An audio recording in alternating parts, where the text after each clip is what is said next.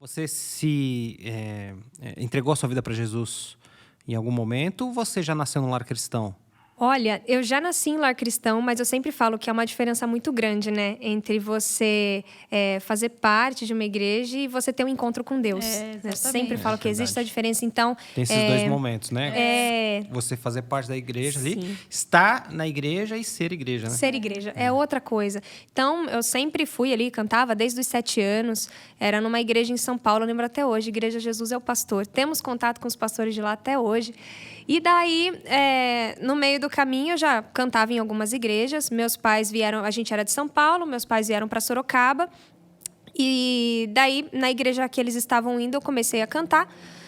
Com 9, 10 anos. Quando eu completei 12, o meu pai já começou a falar para mim. Falou, filha... gostaria que você se envolvesse mais com a música. Meu pai era o cara dos filhos de Francisco, gente. Literalmente. Eu só não comi ovo, mas meu pai fazia tudo. E daí, o meu pai era aquele que me levava nas igrejas, me levava para tudo quanto é lugar para cantar. Daí, a gente foi participar de um congresso na igreja de uma tia minha no Paraná. E no meio do caminho, meu pai começou a falar, filha, eu consegui ver um contato com uma gravadora, eles cobram barato para poder gravar 5 músicas. Eu falei, pai, mas quem disse que eu quero ser cantora? Aí meu pai, não, mas vamos lá, vamos, você quer? Eu falei assim, não, mas eu não quero isso, eu quero ser outra coisa. Aí eu falava sobre jornalismo, era 12 anos a cabeça da menina. E eu lembro que meu pai ficou insistindo e eu discuti com ele dentro do carro. Gente, são 6 horas, 7 horas de viagem para chegar no Paraná. Tinha muito assunto ali. E eu falei, pai, eu já falei que eu não quero, não insista, eu não vou trabalhar não vou ser cantora. Já foi assim, não você. Chegamos na igreja, cheguei com a pá virada, né? Aquele beijo daquele tamanho. Cheguei faltando, 30 minutos para entrar na igreja. Isso eu não vou esquecer. Eu só lembro de tomar um banho, trocar de roupa. A igreja da minha tia era, cidade pequenininha, atravessando a rua. Só deu tempo de eu chegar na igreja, né? Saída na igreja. Antes de eu cantar, uma preletora já estava falando. Ela olhou para mim e falou, você. Aí eu... Quando dá aquela travada no olho assim, não, que você fala, a irmã do coque já veio, acabou. Você não vê nem mais a irmã, você vê Deus ali, né? A alma saiu do corpo.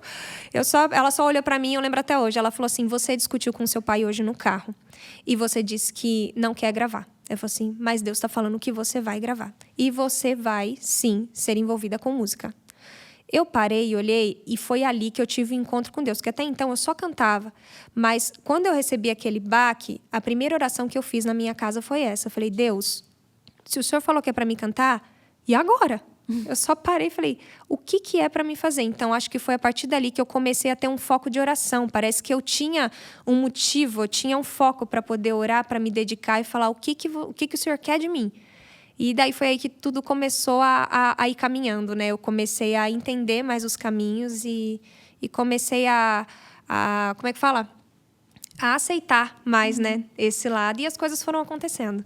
Que demais. Então, você já teve entendimento daquilo que Deus queria para você desde os 12 anos. 12 anos. E foi muito choque, porque quando ela falou, foi tão forte que eu não esqueci. Eu lembro que eu passei uns 3 meses assim... Até eu lembro quem ela é, não lembro do nome, mas eu lembro quem ela era, eu lembro do momento, eu lembro de eu discutindo, eu lembro de toda a cena. Então, é algo que ficou realmente marcado na minha vida mesmo. Eu não esqueço. Legal. Mas saber o seu propósito aos 12 anos, facilitou ou dificultou na jornada aí? Vou ser bem... Olha, é bom a gente saber, mas dificultou demais. Dificultou. Por quê? Porque a gente esquece qual é o propósito. A gente cria uma coisa na nossa cabeça. Deus fala uma coisa, mas sabe aquela coisa de... você não entende o contexto, né? Então, o que Deus falou? Você vai gravar. O que a gente imagina? Deus me criou para ser cantora. Então, eu ficava assim, nossa, Deus me criou para ser cantora. Que propósito é esse ser cantora, gente? É um instrumento. É o que Deus vai me dar para poder falar com pessoas. O propósito é falar com pessoas. O propósito é pregar o evangelho. Com 12 anos, a gente não entende isso. Então, na minha cabeça, era o quê? Era sucesso, era gravar CD. Então, você fica num foco. E até o meu pai também. Nós não tínhamos muito entendimento naquela época. Não tinha tanto acesso. Então, a gente corria atrás do quê? Gravação. Participa de concurso daqui, participa de concurso. Então, a minha adolescência inteira foi participando de concursos, de todos os concursos que vocês podem imaginar. Participei do Raul Gil, né? Não passei na primeira audição, fiquei na primeira, acho que eu tinha uns 14 anos, do Jovens Talentos. Participei de um concurso da Elane de Jesus lá em São Paulo e fui assim, rodando tudo. Onde tinha concurso, meu pai estava me levando. E isso ajuda você a ser mais desinibida, a postura de palco, essas coisas. Mas o foco realmente não era o foco que Deus estava levando. Então, acaba vindo alguns tropeços no meio do caminho. Você fica, Deus, por quê? Você ainda pergunta por quê? Como assim?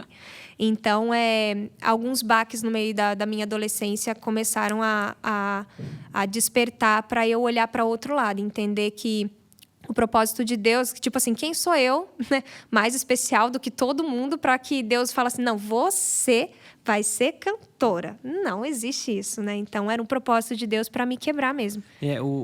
O propósito é o porquê você faz, né? E aí Deus falou o que você ia fazer, mas não o porquê. Sim. E aí como que você chegou no porquê? Esse é um corte do nosso NSDC Cast. Se você quer assistir o vídeo completo, o link está aqui na descrição.